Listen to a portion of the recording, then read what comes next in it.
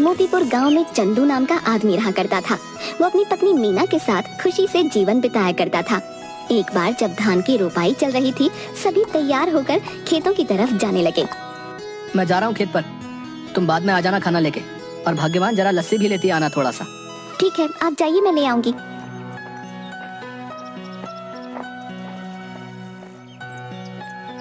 चंदू खेत में पहुंचता है। थोड़ी देर काम करता है, तभी खेतों की मेड़ों पर दो आदमी चल रहे होते हैं। उनमें से एक आदमी छाता लेकर चल रहा होता है, जमींदार करोड़ीमल और उनका मुंशी बाबूलाल। साहब, यह है चंदू, सुना है इसकी फसल बहुत अच्छी निकलती है। इस बार 8 बोरी चावल के लिए इसे बोल देते हैं। करीब है, 2 पैसा कमा लेगा तो दुआ ही देगा। ठीक है बाबूलाल, जाके इसे बता दो। जी मालिक। अरे ओ चंदू, सुन तो। क्या बात है बाबूलाल भाई? जमींदार साहब तुझसे मिलना चाहते हैं। मुझसे मिलना चाहते हैं? क्यों? अरे वो तेरी फसल खरीदना चाहते हैं, जा जल्दी जा। जी जमींदार साहब। आओ चंदू आओ, सुना है तुम्हारी फसल बहुत अच्छी होती है। क्या इस बार की फसल तुम हमें बेचना चाहोगे? बाजार के दाम से अच्छा दाम दे दूंगा। ये तो हमारे लिए खुशी की बात है साहब।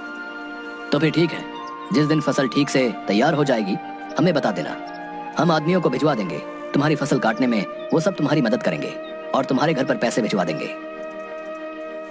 उसके बाद जमींदार चला जाता है। चंदू फिर से खेत में वापस आकर काम करने लगता है। थोड़ी देर बाद मीना वहाँ आ जाती है। सुनिए जी, आ जाइए, आपके लिए खाना लेकर आई हूँ, और हाँ, साथ में लस्सी भी लाई हूँ। आता हूँ। इसके बाद चंदू मीना के पास पहुँच जाता है। लाओ लाओ, बड़ी भूख लगी है। लीजिए। मीना, जमींदार जी आए थे, जानती हो उन्होंने क्या कहा? क्या कहा? उन्होंने कहा कि वो हमारी इस बार की फसल खरीदना चाहते हैं और बाजार से अच्छे दाम भी देंगे। ये तो बड़ी खुशी की बात है।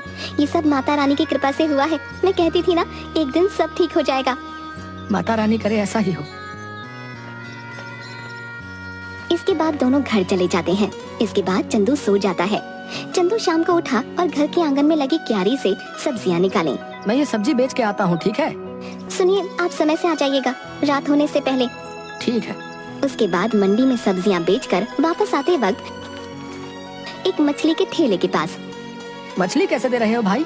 भाई चंदू सुनो, तुम ये दोनों ले जाओ 100 रुपए में, मुझे जरा जल्दी घर जाना है। ये लो भाई 100 रुपए।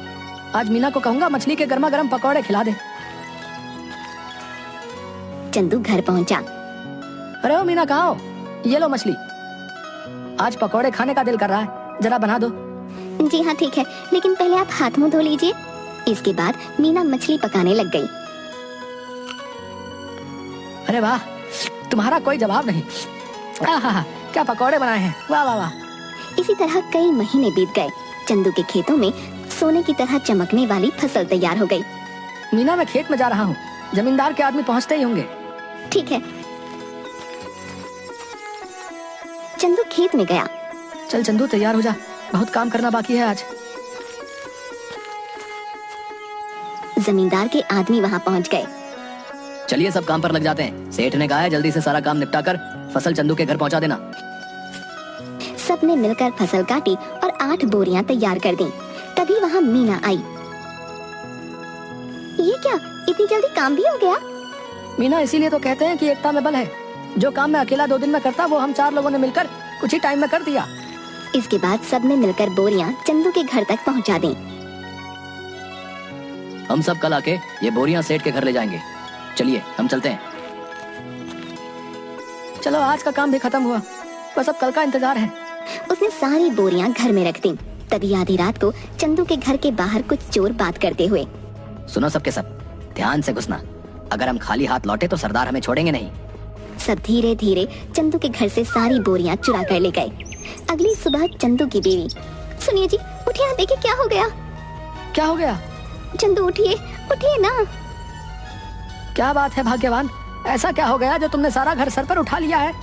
गोदाम से सारी बोरियां चोरी हो गई हैं। क्या चोरी? कहाँ पे? गोदाम में आइए और खुद ही देख लीजिए। हे भगवान, ये क्या हो गया? जमींदार जी के आदमी कभी भी आ सकते हैं। माता रानी, मैंने किसी के साथ कुछ बुरा नहीं किया, फिर भी मेरे साथ ही क्यों? चंदू घर की सीढ़ियों पर बैठ जाता है। चंदू की आंखों से आंसू आ रहे थे। तभी वहाँ जमींदार के आदमी आ गए। अरे भाई चंदू, बोरियां तैयार है ना? नहीं भाई, कल रात को ही किसी ने अनाज की बोरियां चोरी कर ली हैं। ये क्या कह रहे हैं भाई? जमींदार जी कहीं गुस्सा ना हो जाए, तुम तो उनका गुस्सा जानते हो ना। चलो उनसे बात तो करनी ही पड़ेगी। चलो अब। चंदू बाबूलाल के साथ जमींदार के घर गया। क्या चंदू, तुम सब खाली हाथ क्यों आ रहे हो? जमींदार जी, कल रात को हमारे घर में चोरी हो गई। सुबह देखा तो गोदाम से सारी बोरियां गायब हो चुकी थी। कहीं तुमने किसी और को तो बेहतर दाम के चक्कर में नहीं बेच दी? नहीं जमींदार जी, मैं सच कह रहा हूँ। सेठ जी, एक ही गांव में रहना है हम सब ने। भला झूठ बोल के कितने दिन बच पाऊंगा? ठीक है, लेकिन अगर मुझे पता चला कि तुमने किसी और को दिया है, तब देखना कि मैं क्या करता हूँ। कुछ दिन तक चंदू और मीना दोनों उदास थे। चंदू सब्जियों को बाजार में बेचता और जो भी कमाता उसे बहुत ध्यान से खर्च करता। चंदू खाना खाने बैठा।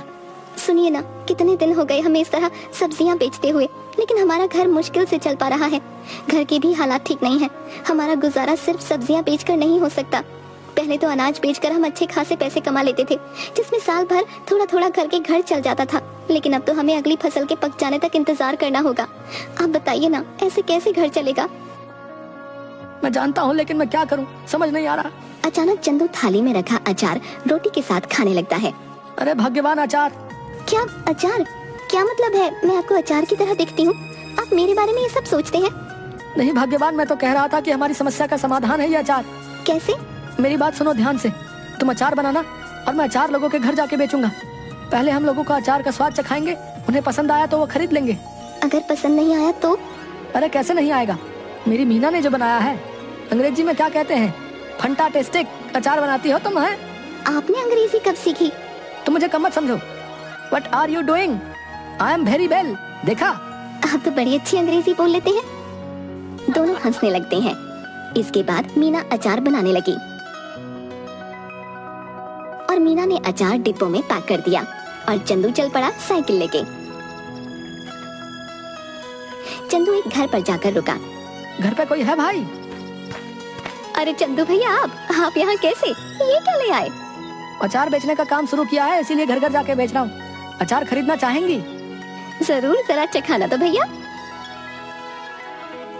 औरत ने अचार चखा तो उसे बड़ा पसंद आया। भैया ऐसा करो, 1 किलो दे दो। कितना हुआ? 150 रुपए में।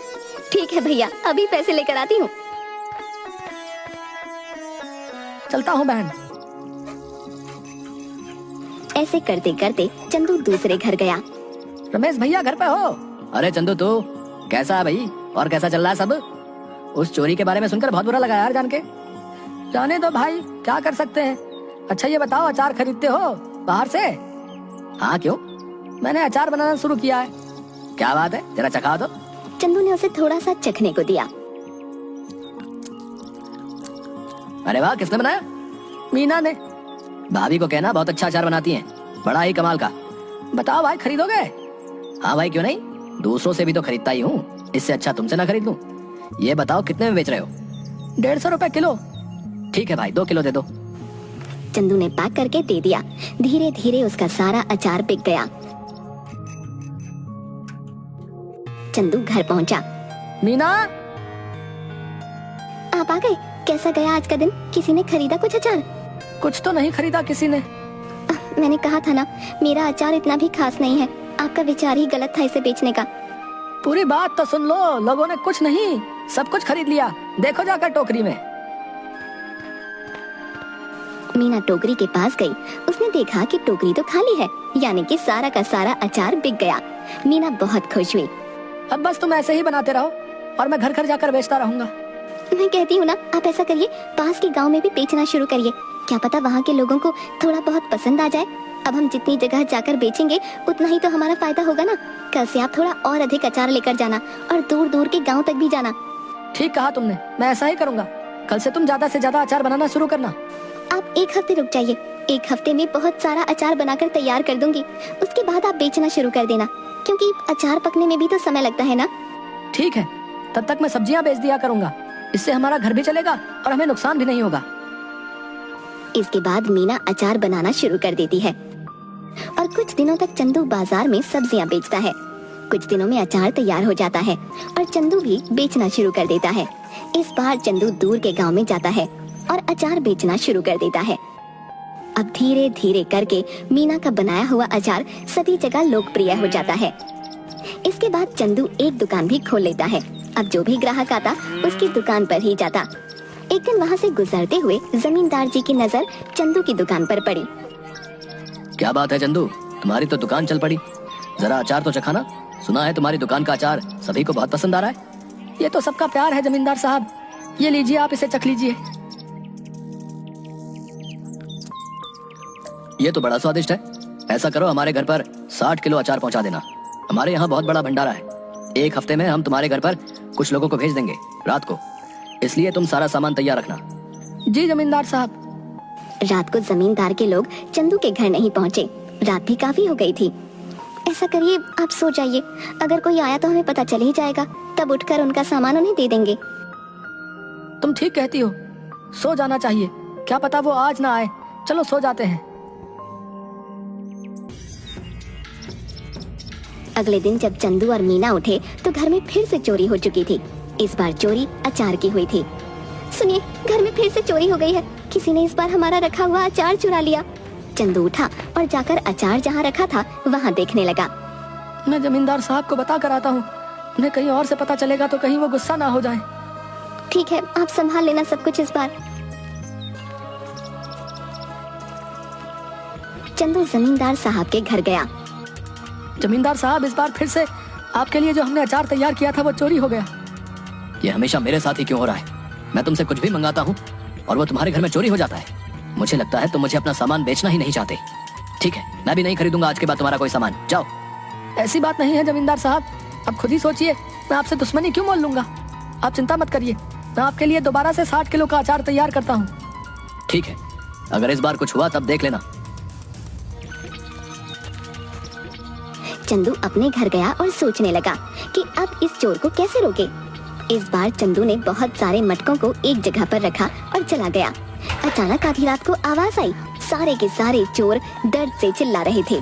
अब जैसे ही चंदू उस कमरे में गया जहाँ पर अचार रखा हुआ था, तो वहाँ देखा सारे के सारे चोर जमीन में लेटकर चिल्ला रहे थे और अपनी आंखें मल रहे थे। ये क्या कर दिया, कोई बचाओ हमें, पानी पानी दो हमें कोई, अरे हमारी आंखें जल रही हैं। अब आया ना मजा मेरे घर में, जैसे तुम्हें आदत ही पड़ गई है चोरी करने की। क्या मजा आता है तुम्हें ये करके? है इतना दिमाग चोरी में लगाते हो, कुछ और कर लेते ना, अभी तो चैन से अपनी जिंदगी बिता रहे होते। पर नहीं, तुम्हें तो चोरी ही करनी है। लो करो अब चलो बताओ क्यों कर रहे थे चोरी? ये सब हम अपनी मर्जी से नहीं कर रहे थे, हमें सब करने के लिए बाबूलाल ने कहा था। क्या बाबूलाल? भला उसे क्या जरूरत पड़ गई? ये तो मुझे नहीं पता, आप हमें माफ कर दीजिए, अब पुलिस को मत बुलाना बस। ठीक है, नहीं बुलाऊंगा, पर मेरी एक शर्त है, अगर गांव में तुमने दोबारा कभी चोरी की तो मैं बाबूलाल की मदद लेकर तुम्हें पुलिस के हवाले कर दूंगा। ऐसी नौबत नहीं आएगी चंदू भाई, हमें माफ कर दो। इसके बाद चोर चले गए। अगले दिन चंदू जमींदार साहब के घर गया। उसने जमींदार साहब को सारी बातें बता दी। जमींदार साहब, ये बाबूलाल ही है जिसने आज तक हमारे घर में चोरियां करवाई हैं। तुम कैसे कह सकते हो कि सारी चोरियां बाबूलाल ने ही कराई हैं? क्योंकि कल मैंने खाली मटके गोदाम में रखवाए थे और दरवाजे के ऊपर मिर्च की थाली रखवा दी थी। जैसे ही उन्होंने दरवाजा खोला, उनके ऊपर लाल मिर्च गिर गई और उन सबकी आंखों में जलन होने लगी और वो चिल्लाकर पानी मांगने लगे। बस मुझे पता चल गया, मैं उनके पास गया तो उन्होंने तोते की तरह सब उगल दिया।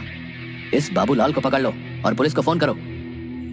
तभी सेठ के आदमी बाबूलाल को पकड़ कर लाते हैं। मुझे माफ कर दीजिए जमींदार साहब, कुछ कीजिए, भला मैं इतने सालों से आपके यहाँ काम पे हूँ, कुछ रहम करिए। मुझसे क्या माफी मांग रहे हो? गलत तो तुमने चंदू के साथ किया है, उससे माफी मांगो, जाओ। मुझे माफ कर दो चंदू, मैं आज के बाद कभी ये सब नहीं करूंगा। लालच में मुझसे बहुत बड़ी गलती हो गई। गलती तो तुमसे हुई है, लेकिन तुम्हें छोड़ देना मेरे बस में नहीं। आज तुम्हें छोड़ दूंगा तो कल कोई और चोरी कर लेगा। उनके पास एक सबक जाना चाहिए कि जैसा करोगे वैसा भरोगे, इसलिए मुझसे किसी चीज की उम्मीद मत रखो। तभी तो पुलिस वाले आकर बाबूलाल को गिरफ्तार करके ले जाते हैं। भाइयों, अचार ले आओ। बहुत सारे आदमी अचार के भरे मटके ले आए।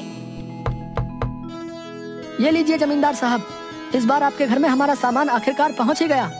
ये लो तुम्हारे पैसे चंदू, तुम सच में ईमानदार और मेहनती किसान हो, हमें तुम पर नाज है। आपका बहुत शुक्रिया सेठ जी, चलिए अब मैं चलता हूँ। इसके बाद चंदू अपने घर लौट गया और इसके बाद से चंदू के घर में कभी कोई चोरी नहीं हुई और चंदू का काम बहुत अच्छे से चलने लगा।